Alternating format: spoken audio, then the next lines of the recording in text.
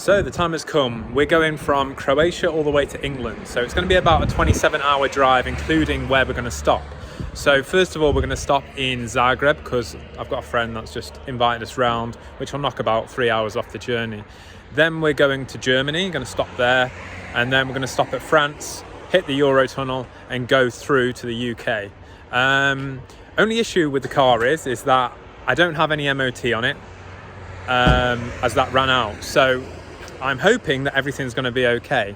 I've read the rules and regulations saying that you can only drive your vehicle if you're going to your MOT.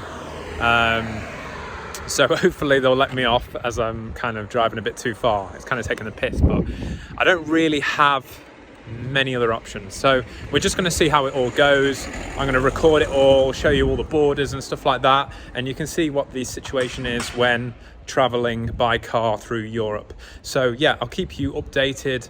We're just going to go to Zagreb now, about 3 hours drive, and then I'll catch up with you there. Right guys, it's currently 2 a.m. in Zagreb. We've slept a bit, but we had to sleep in the bed with Audrey over here, and don't know if you can see, but she's running around like a nutter right now, and all I can say is that she's spinning round the bed like a kebab. So yeah, got two hyper women with me and I'm the one who's tired. There you go. So yeah, onward and upward. It's only around 7 hours it's showing, but that could be without traffic, to our next destination in Germany. So we're traveling there. We're going to go through Austria and Slovenia. So you need vignettes there. It's basically little stickers that you put on your car, which is just paying for the motorway. I'll show you how much they cost later and what they look like. Yeah, we've got some locals still up. 2 a.m. you can hear them. Just a bunch of lads, but our car was safe last night. I was a bit scared of it because we have loads of luggage and stuff in there. I didn't want it to be broken into at night and people taking stuff. So yeah, that's all good. We're all ready now for the next stage. So we're just gonna start the road trip and I'll catch you in the next pit stop. Right, so this is our setup. We've got Audrey in the back with her iPad. Christiana's driving today in the Mercedes, so on the other side of the road, and she's never really drove it before, so this is going to be interesting. But at least there's not much traffic on the road now because it's the morning. It's showing that we're going to be around 8.5 hours, 9 hours to the next destination. For some reason on Apple Maps it shows like 6.5, on Waze it shows 9.5, and on Google Maps it shows 8.5. So, but they're all going like the same route, so I can't understand that. We've just gone for Google Maps at the moment. Waze doesn't really work too well in Croatia as it doesn't pick up the police and stuff, but in other countries it works a treat. So that tells you kind of where the cameras are and where the police are, for instance, so it always helps. Another thing I was going to mention is why, you know, I let my MOT run out and stuff like that. I didn't actually realise when it ran out, and I'd advise anyone that is going to Europe to just check when their MOT is going to run out. I had full plans of changing my plates over to Croatian plates, but I realised that when you switch the plates over to, you know, European plates, for instance, from UK, you've got to pay loads of taxes, so it ended up being not worth it. So what I'm going to do is I'm driving back to the UK, and while I'm in the UK I'm going to sell my car and I'm going to hopefully buy a new car or maybe a van in Croatia instead. So yeah, so that's the plan. It's going to be sad to let this little let my baby go, but you just gotta do what you gotta do. So this is what the vignette looks like. I've just stuck it on the window. Just basically shows that you've paid for the motorway. So that's it, we've filled up now in the end of Croatia. We're just on the border towards Slovenia now. We'll fill up again in Slovenia just because in Austria and in Germany the fuel prices are like 20% more than they are in these countries, so it's best to fuel up efficiently. Trust Google Maps, they said. Where are you taking us? Pothole, single lane valley in the middle of Croatia, in the middle of nowhere. Oh God.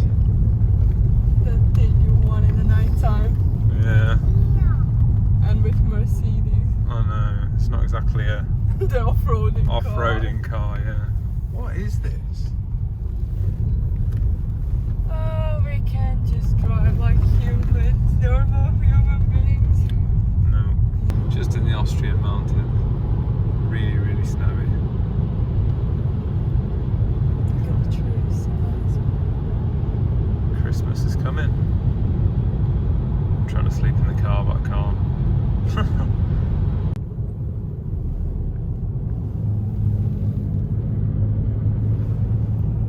God, I don't think a Mercedes was built for this kind of weather.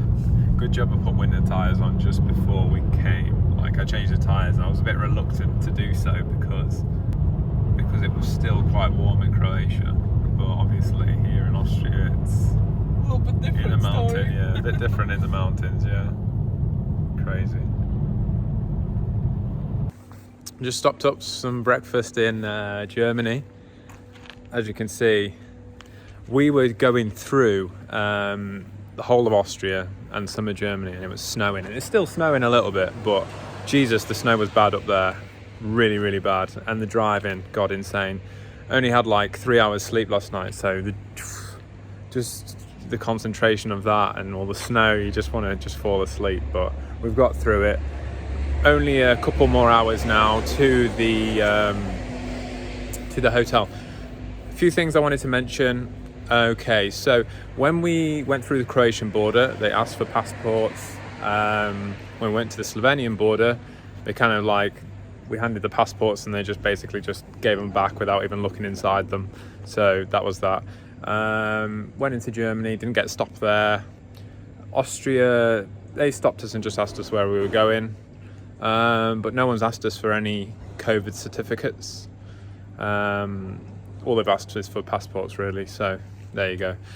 But I imagine because they can see that you go into the UK with a UK car, so they're not going to really stop you because they just know that you're kind of going home, and that's that.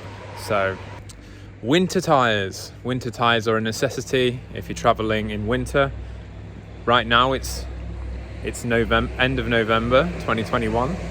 I wasn't going to get winter tyres, but I'm so glad I did, because that snow was terrible, and if I didn't have them I would have been in a right mess. Not only that, you can get fined for not having winter tyres in certain countries, so just make sure you check on that. Also, I've got the 2 vignettes, you can kind of see them here. Yeah, so that's Austria and Slovenia. But with the Austrian one, there was still a few sort of tolls that I had to pay, which going through the tunnel and some other things. So yeah, apart from that, that's all good. Over here in Germany, we weren't allowed to eat inside the McDonald's. I got a text something about quarantine or something like that. So I'm not really sure what's going on here, whether there's a lockdown or something. I think there was a lockdown in Austria as well, where you weren't allowed to really drive around, but they're obviously letting people that are traveling to different countries to travel. We booked a hotel here, so hopefully there's no problems, as if there is a quarantine here or whatever. I mean, we've got a text about quarantine, but we're not staying here, so I don't know if they'll allow us to stay in the hotel, but hopefully they will. Other than that, as well, I've got these stickers for the car, the UK ones, just because now we're out of the EU, you kind of need to put where your car's from. You can get these magnets that just stick on the back of the car on Amazon, but as soon as I was in Croatia, I needed to get something quick, and I found on German Amazon just some like UK stickers, so I've just slapped them on the number plate. You also need like a breakdown kit, replacement bulbs, etc. For your travels too. Right, I'm going to head off now, continue the travel, and we'll see you at the hotel. Hey guys, morning. Had a decent sleep last night. We stayed over in some apartment in Germany. It wasn't the best, in all fairness. I was kind of thinking whether we'd just skip it and just try and go straight to France, because it wasn't the cleanest of places. I didn't film it, by the way, but there you go. Yeah, so slept okay. We went also to the local town, had a look to see if we could see the German markets, as Christmas is nearby, but unfortunately that's all closed due to COVID, which is annoying, but there you go. We're now in Netherlands, so we've been driving a few hours on the German motorway, and again we're at Mackey's for breakfast because it's the easiest thing to do, and we didn't really pack any sandwiches or anything, which would have been a better option to do rather than just keep eating fast food, but there you go. Yeah, so we just had a pit stop here. We're going to drive through Belgium next, and then into France. Yeah, the rules kind of just vary from country to country. Kind of worried about the UK though, as rules are changing, and there's a new variant out. I can't remember what it's called, Omicron or something like that, I don't know, from Africa. But basically, yeah, there's going to be some kind of news out tonight. It's Monday, so no doubt they always have news on a Monday. So they'll have new travel restrictions, more than likely. So hopefully it doesn't affect us too much on Tuesday, but we did get an email saying that on day 2, you usually have to have like an ordered lateral flow test. But now it's going to be a PCR test on day 2. So, but we're still awaiting what Boris is going to say. So hopefully nothing too restrictive, as we've already like ordered the tests and stuff like that. Hopefully we can get away with what we've got now before all the new rules are implemented. Yeah, so we'll catch up in France.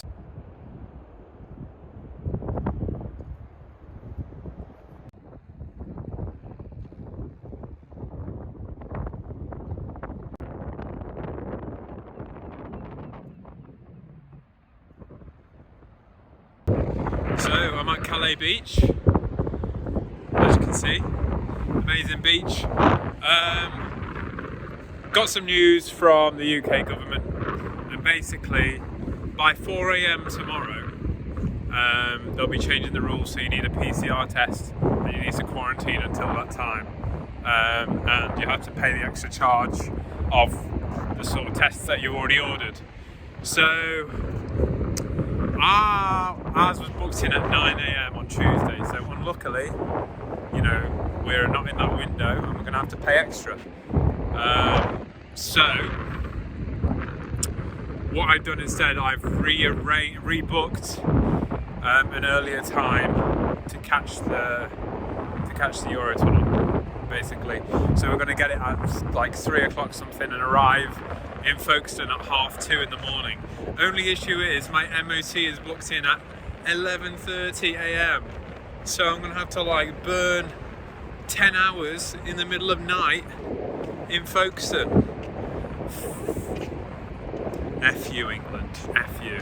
So this is pretty terrible news, really. I'm really quite peed off, but we'll see how things go, and I don't know how I'm going to kill this time. Really frustrating. A bit windy, so I'm sorry about that, but like, yeah, look how amazing this beach is. Fantastic. Staying in a nice hotel. I'll put a nice apartment. I'll put a link down below. It's quite cheap, so it's a decent stay, and it's a nice place, a nice woman that's renting it out. So definitely check it out if you're staying in Calais. Right, my hand is freezing. I'll catch you guys later on. So we've just arrived at the Eurotunnel on the French border side. Went through the French security, went through the UK security, no problem. So just a few questions, but nothing too bad. So here we are, we're waiting around just 2 AM now. So we're just waiting in line.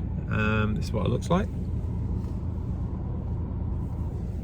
So they're kind of like one of the first cars here. To do with the customs side of things, we actually have brought over a lot of kind of wine and stuff, but it's you have to make sure that you're within limits. So make sure you're bringing in the right amount of cigarettes, right amount of alcohol, etc. We haven't brought any cigarettes, but I brought some wine from our party. So we have to make sure that it's 18 litres. So we've got 18 litres and 1 bottle of spirit and about 6 litres of sparkling wine. So sparkling wine is different to normal wine on the regulations, so you can bring that separately. You know, if you're bringing presents and stuff from another country as well, you just need to make sure that the value of all your presents and all the stuff that you're bringing in over the UK is under I think it was £350. So if it's over, you've got to declare it and pay tax on it. So just make sure you're not bringing anything too expensive over the border. If you're driving a van, you're more than likely to get searched. Just saying, because I know from experience from other people that have drove through the tunnel, if you're in a van, they're always going to have a look to see what they can tax. If you're in a car, they're more than likely to just let you go. That's that for now. We're just going to wait and board on, and then hopefully everything's okay in the UK. I've actually booked a hotel on the other side just because we're going to arrive in the UK around sort of 2:30 in the morning, and as I said before, my MOT check is at 11:30 in the morning. So you know, I've got to kill multiple amount of hours, you know, seven plus, something like that. So I've just ordered a hotel just so that we're not just sitting in the car for 7 hours. That would be torture. Which was only £33 for one night. So happy days. So yeah, that's it for now. So we'll keep you posted on the other side.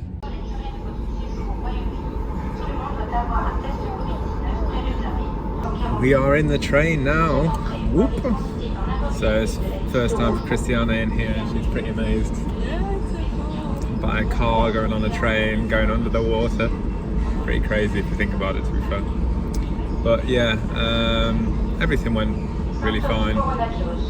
Having no problems, so we'll see how it is on the other side, but all good so far. Yeah. Can't wait to get back home.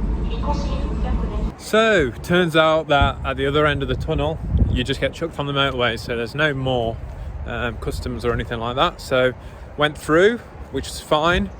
Went to the hotel, slept at the hotel, then went to Quick Fit for my MOT. Yeah, that passed with flying colours.